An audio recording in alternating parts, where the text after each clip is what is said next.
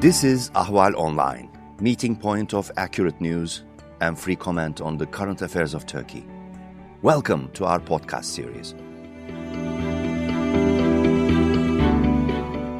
Hello, and welcome to Talking Turkey. I'm your host, Ahval editor David Lepeska, and with me today is Dr. Magnus Norell, a former analyst for the Swedish Secret Service, who is now an adjunct scholar of the Washington Institute and a senior policy advisor at the European Foundation for Democracy. Hello, Magnus, and thank you so much for joining us. Hello, thank you for having me. You are welcome. We are speaking on Wednesday, June 17, about 2 weeks after the Washington Institute ran your article detailing the story of, I believe, 38-year-old Swedish-Turkish politician Mikael Yüksel.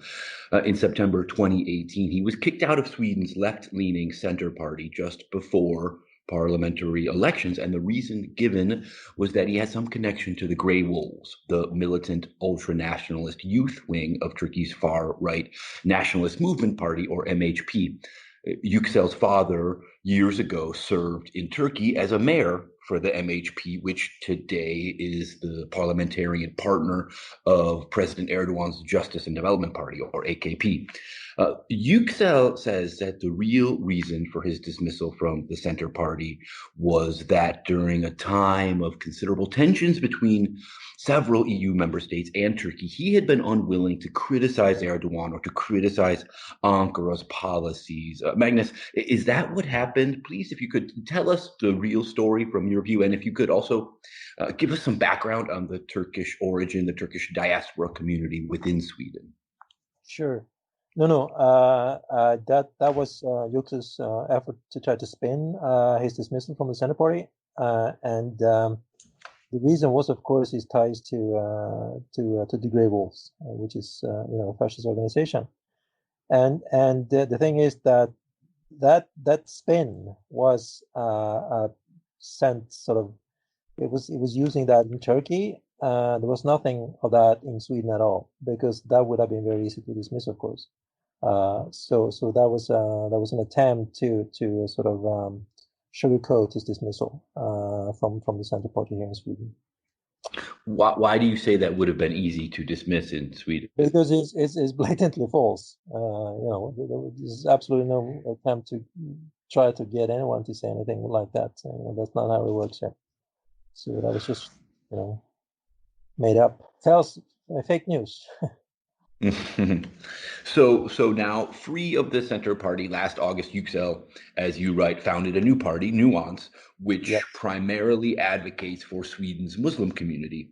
In your article, you argue that his party underscores a growing trend in European politics, that Erdogan and the AKP are becoming increasingly invested in these small European parties in an effort to deepen their connections with and possibly their control over the Turkish diaspora in Europe, which is about 5 to 6 million people. You also mentioned the Denk party in the Netherlands and point out that Erdogan openly outlined this policy on Albania TV in June 2017, stating that there is nothing wrong with Turkey backing European parties that share similar ideologies. Nobody should be bothered by this effort, he said. Okay, so should we be bothered by this effort? In some ways, to me, it seems like these pro-Islam parties that Turkey supports could be seen as an organic response to the rise of anti-immigrant far-right parties like the Sweden Democrats Party. What's the issue here? Is it foreign interference in domestic politics, concerns about Islamic influence and Islamism, or something else? Yeah, no, I think it's all of the above. I mean, it's foreign influence for sure. Maybe not as vivid or clear here in Sweden as in other European countries. But it's clearly an attempt from the AKP to influence, policies in European ways. This trend has been going on for a few years, and I would argue that it's quite recently that there's been sort of some real efforts to succeed here, and he draws upon, or the AKP draws upon, the fact that AKP, which is close to the Muslim Brotherhood, of course, and the Muslim Brotherhood in Europe has been very active in many parties all over, along the political scale, really. It's not only the left parties; it's also parties like the Center Party or in Sweden and other European parties on sort of in the middle on the political scale. And they've been very successful in trying to present themselves as the go-to, party in European affairs concerning Muslim communities. And of course, at the base of that argument is the fact that there is something called the Muslim Community of Europe, which is of course not true. It's there's no such thing really. It's too diverse to be subsumed under one heading. But it fits in with the way the Brotherhood works, and it fits in with the way that the AKP sees a way to influence policies in Europe. So that's why it's interesting, and the fact that it's sort of they've been helped by the fact that identity politics, intersectionality, and stuff like that has become so common. And the fact that the individual is sort of subsumed under a collective, in this case, Muslims, quote unquote, and all these trends and all these things happen at the same time has sort of played into, in this case, Erdogan's hands. But also, right. You can tell this nuanced party pushes for Muslims to become a homogeneous minority based on a particular form of Islam, which isn't, anything close to reality, as you say. But it also calls for this united Muslim community it envisions to be given a protected status like that held by Jews, and to make criticism of Islam a hate crime. This dovetails with Erdogan's ongoing campaign to denounce Islamophobia across the West, mainly in European countries where there is a sizable Turkish diaspora. I just recently saw a December article by Turkey's state-run Anadolu News that highlighted Swedish far-right groups calling for mosque attacks on mosques. To me, it seems unlikely that Nuance or some other party backed by Turkey in Europe would ever be able to confer this protected status onto Muslims. So what, in your view, what's the real goal here? Is it mainly about highlighting anti-Muslim sentiment and generating some sympathy from the broader community in Europe? You mean the real goal for Erdogan or for Nuance? I mean, I guess both, but I guess particularly for Nuance and parties like it and calling for this idea to be given a protected status. Right. No, I think it ties in with this trend I'm blaming identity politics here and this intersectionality idea that the individual is sort of defined by his or her gender or color of his skin or whatever the ethnicities, that kind of thing. Of course, if you argue that way and say, well, these are the Muslim community of X and Y Z country, that if you argue along those lines, you need someone to represent them. So I think he sees that there is a potential. That's how they argue. There is a potential here for a large number of people thinking that yes, this is a good idea. There's a lot of problems with the integration here in Sweden. There's a lot of problems real or perceived with discrimination, and they think that they can tap into that and use both these general trends of identity politics and the fact that there are a number of there are many Muslims in Sweden. And even though most of them are not even members of any Muslim organization at all, but those who are, and I think they think that this can be they have a real impact, at least on the local level. I'm not so sure nationally, but on the local level, and of course it's a way to legitimize that kind of thinking. That there is a collective here, and in that case they need a representative, and they can be it. Do you consider Nuance an Islamist party? I mean, for me, an Islamist party should seek to incorporate at least some elements of Islamic law into state law or perhaps local law. Are they seen? Is it seen as an Islamist party in Sweden? Yeah, I think there are to a certain extent. Even though he himself tries to fudge the issue, of course. But why else would you concentrate on one particular community here in Sweden? And whatever we want thing, there are a number of small parties in Sweden who's trying to sort of go beyond the traditional parties, arguing along classic lines of changing the ideas of politics, being sort of trying to transgress the left-right divide and stuff like that. But he's not really doing that. I mean, he's aiming for a certain community, which he highlights that are being sort of, they need this protection, is his argument. They need to be looked upon as a one community.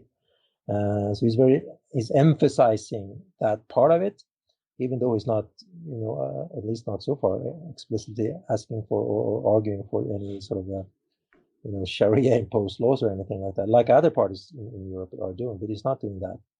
I don't think that would apply in Sweden anyway. But you can do that sort of anyway by focusing on the fact that this is, on in this case, the Muslim community. Earlier you mentioned the Muslim Brotherhood. Your article mentions several Swedish parties and organizations linked to the Muslim Brotherhood, which Erdogan and his AKP are known to support, at least across the Arab world.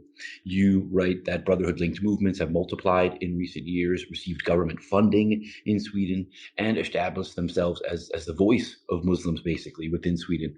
I know this has happened in several other European states, including Austria and Switzerland, where at least some of the Brotherhood-linked groups are connected to Turkey's Milli Görüş movement, which also has links to the AKP. In your article, you also write that Erdogan's support for European parties aligned with his interests has bolstered the rise of Islamist parties, and that many of these parties are linked to Muslim Brotherhood bodies, such as the Federation of Islamic Organizations in Europe. Please, if you could just kind of give us a bigger picture, a closer picture of all this, particularly the role played by Turkey and Erdogan, and how you see these Brotherhood-linked groups shaping Sweden's Muslim community and its place in society. Well, I think the answer to that will be in how the other parties and civil society in Sweden will handle this. The way they're going to confront this. And I think that the fact that he has been working on building local chapters of his party, he's doing it the right way. I mean, starting locally, building centers and building local parties, and from there he can expand. And I think that's the way to do that if you want to have an influence. And the way they're going to be looked upon by the rest of society and the other political parties will be decisive in how successful he will be. As you pointed out, I mean, I don't think he will be in a position to, or the party will be in a position to really make a huge difference, at least not in the short run at all. But he may locally, and that's if you look at the wider picture here and how the Muslim Brotherhood is working and has been working since they sort of established themselves in Europe, that's 40 years ago. This is the way they do it. They build through most of the time organizations, NGOs, whether it's sort of educational associations or health clinics or whatever, on a local level, and from there they expand and you create as many organizations as you can. In Western Europe, as you may know, it's fairly easy to get public money for all kinds of civil society initiatives, and in Sweden too. And of course, if you learn how the system works, it can be very sort of beneficial to you. And the more organizations that you have, the more money you can get. But this idea of being linked to the Muslim Brotherhood isn't problematic for receiving such government funding, because the Muslim Brotherhood has been linked to Al Qaeda and to terrorist networks. It hasn't really yet. It's beginning to change now in Sweden, but it's been a safe ride, I would argue, for many years, because no one has really looked into it at all until recently. Really, for the past 2 or 3 years, there's been a few reports, including by myself, to deal with this issue. But it's been very sensitive to do that, because you always run the risks of being accused of being exactly, an Islamophobe. It's a very useful allegation to make, and people sort of try to stay away from that. So it's not been really started at all until quite recently. So it's been very easy to. There's an ongoing discussion now. One of the bigger educational institutions in Sweden I've been giving money to one of the Brotherhood's affiliated organizations here in Sweden for many years, and not quite just I think it was a week ago only. A higher court had decided that they had to a lower court's decision to strip them of money will stand. So things are beginning to change in the way, in the sense that I think even politicians are becoming more aware of this and how it works, but it's still a very sensitive topic, and very many not many academicians or researchers or journalists, for that matter, will touch it yet, because it's there is a clear risk of being branded Islamophobe or something like that. I'd like to take a closer look at the political aspect you discuss in the article. Just as Erdogan and his underlings have sought to campaign in Europe for Turkish votes for domestic Turkish elections, Yüksel campaigned in 2018 in Kulu, which is in Turkey's central Konya province and where his father served as mayor 2 decades ago. I didn't know this, but the majority of people of Turkish descent living in Sweden are apparently from Kulu. About 50,000 people in Sweden have roots in Kulu. Yeah, I'm not sure it's a majority, but many. Okay. But so yeah, it seems that in recent years, as the vote share of Turkey's European diaspora has emerged as a significant factor in Turkey's domestic elections, Erdogan intensified his efforts to expand his base in Europe, while also opening the door to Turkish-led parties from Europe to campaign in Turkey, which again, to an extent, increases diaspora links to Turkey and potentially the AKP. Is that how you see it? This practice to me almost seems unique to Turkey and the AKP. I mean, I don't think French Algerians are delivering stump speeches in Algiers. No, you're right. You're right about that. I think it's pretty unique for Turkey and the AKP right now under Erdogan to do this. You didn't have that before. I mean, the first large flows of Turkish immigrants to Sweden occurred in the 1960s and 1970s. And of course, you didn't have that kind of connections at all at the time. So this is something that Erdogan has sort of pushed for. It's a clear difference, and I can't, as you say, French Algerians wouldn't do that, and nobody else either. So he has pushed that very clearly, and as you mentioned in the beginning, I mean, he's not hiding it. He's very clear about this is the way it's going to be, and it should be. Is it seen as problematic in Sweden, either Erdogan and Turkish officials campaigning in Sweden, or Swedish politicians campaigning in Turkey? Are either of those problematic? Yeah, it should be. Again, it's not a lot.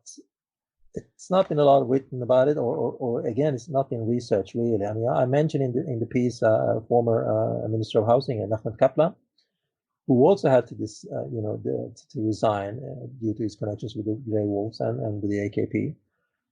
But that was the fact that came to fore was because a few a good journalist did their job and highlighted this. It was not like people in the know didn't know that Kaplan was tied to Erdogan and the AKP and the Muslim Brotherhood, but it was something again that was virtually impossible to talk about or raise. So not until this happened with with dinner with the Grey Wolves, he had to resign. But of course it's problematic because it happened sort of under the radar, and he was a minister when he was traveling around on public money doing stuff that had nothing to do with his job as a minister. And and that, I mean, you have to be careful. One has to realize that just because the system here works in one way, it doesn't mean that everybody else just buys into that if you can use it for other purposes. And I think that there's been a certain naivety here in that, because it's so un-Swedish, if you like. So you sort of shy away from even mentioning that, and that's how it can go on and on.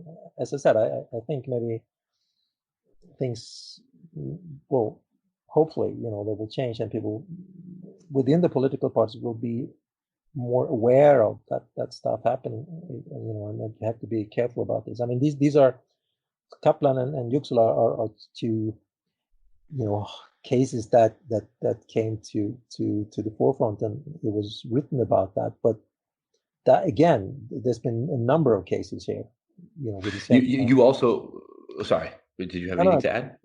Go ahead.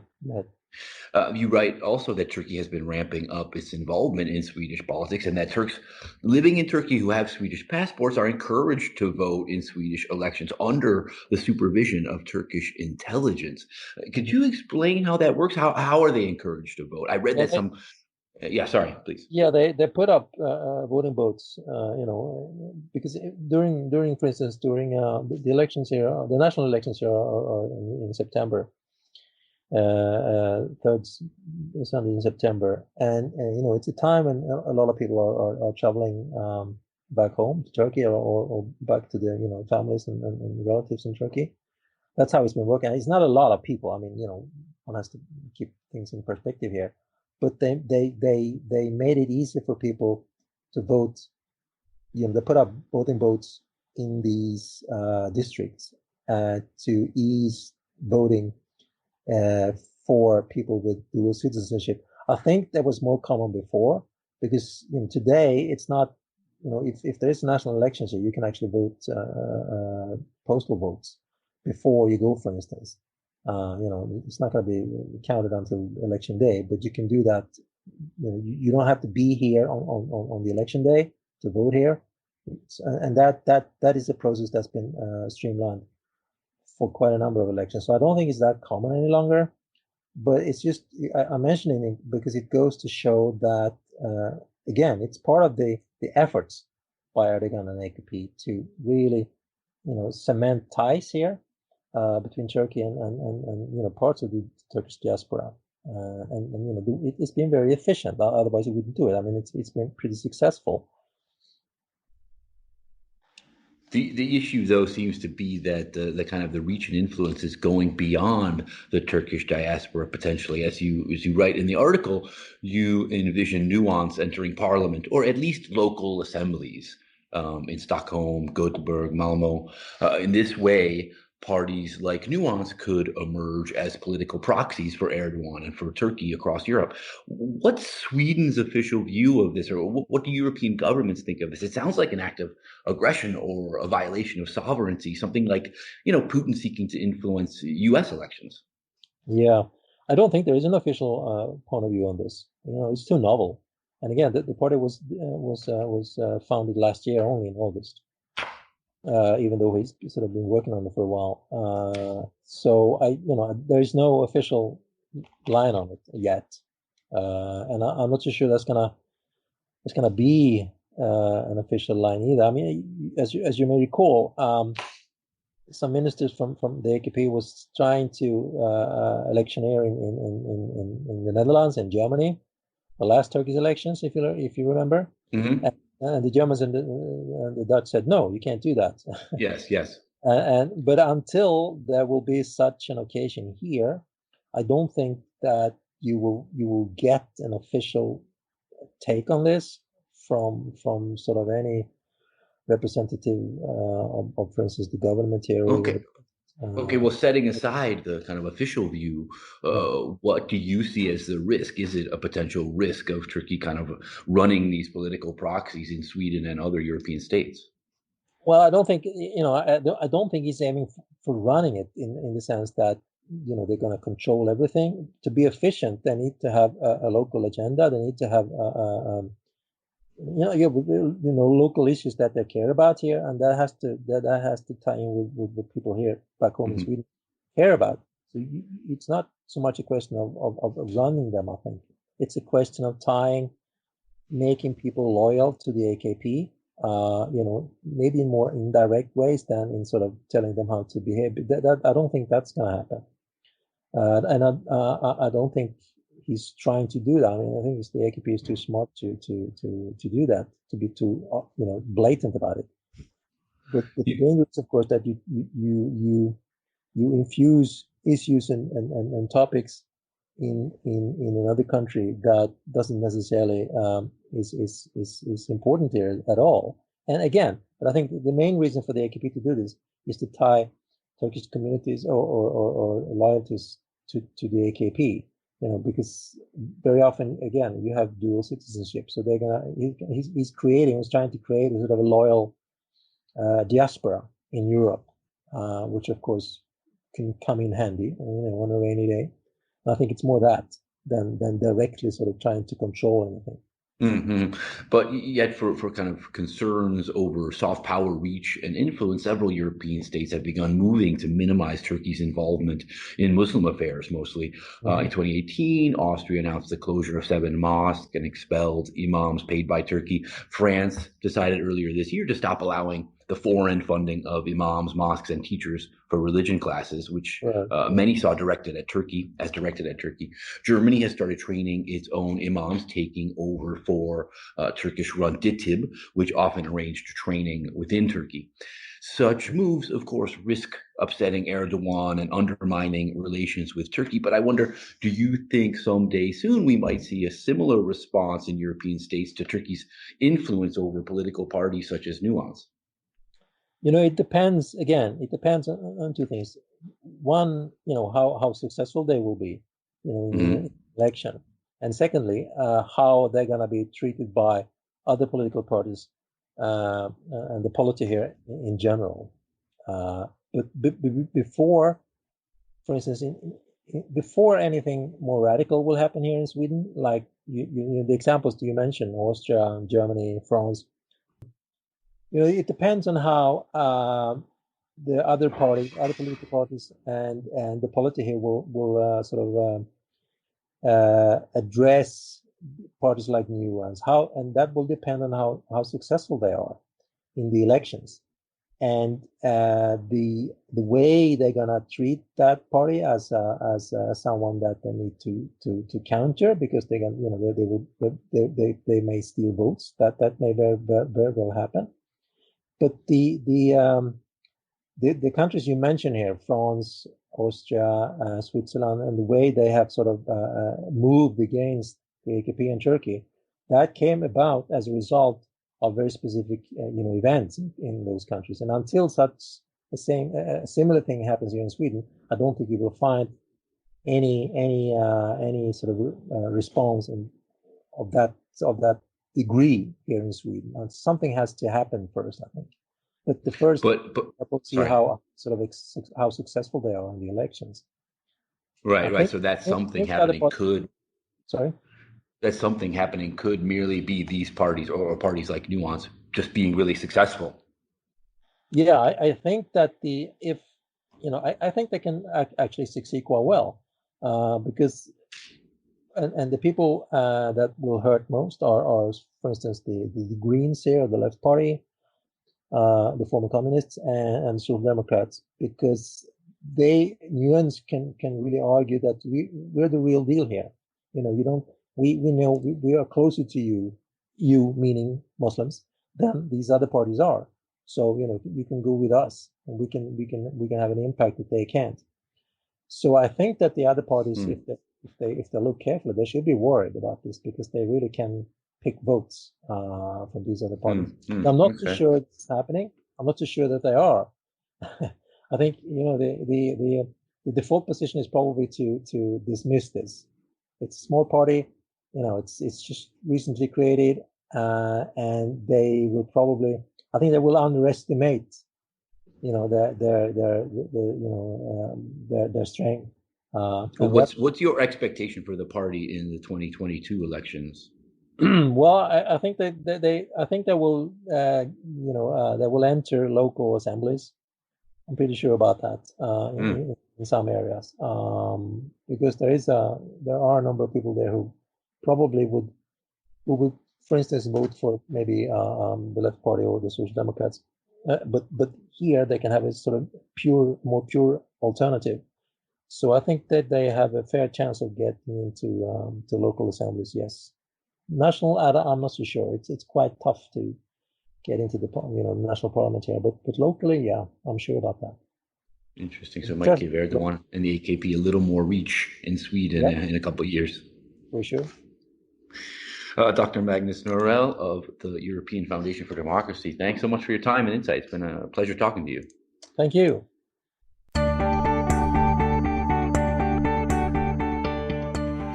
You can follow Ahval News Online podcast series through Apple Podcasts, Spotify, YouTube, Google Podcasts, SoundCloud, and Spreaker.